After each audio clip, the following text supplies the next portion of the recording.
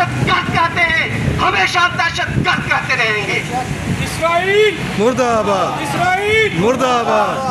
قائد ملت اسلامیہ مولانا فضل الرحمان صاحب نے جو فلسطین کے لیے روز اول سے آواز اٹھائی، اربوں روپے عوام فنڈ بھیجا، ہم مولانا فضل الرحمان صاحب ان کی تمام جماعت کو، جمعیت علماء اسلام کو خراج تحسین پیش کرتے ہیں۔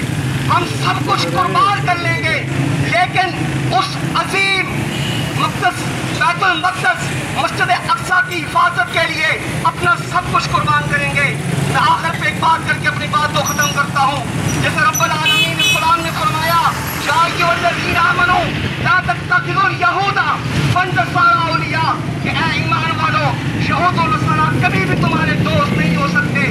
وہ آپس میں ایک دوسرے کے دوست ہو سکتے ہیں لیکن تمہارے دوست نہیں ہو سکتے۔ ہمیں اس چیز کو مان لینا چاہیے، اور یہ بات میں کہنا ضروری سمجھتا ہوں، جمعیت علماء اسلام کا یہ موقف ہے، ہمارے قائد کا یہ موقف ہے۔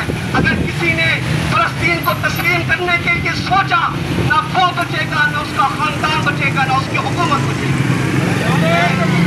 اللہ اکبر، نعرہ تکبیر، اللہ اکبر، اسرائیل مردہ آباد، اسرائیل، مردہ آباد۔ آخر میں میرے ساتھ مل کے نعرے لگائیے، نعرہ تکبیر، اللہ اکبر، اسرائیلیوں سے رشتہ کیا، فلسطینیوں سے رشتہ کیا، لا الہ الا اللہ، اسرائیل کا جو یار ہے غدار ہے، غدار۔ نعرہ تکبیر، اللہ اکبر۔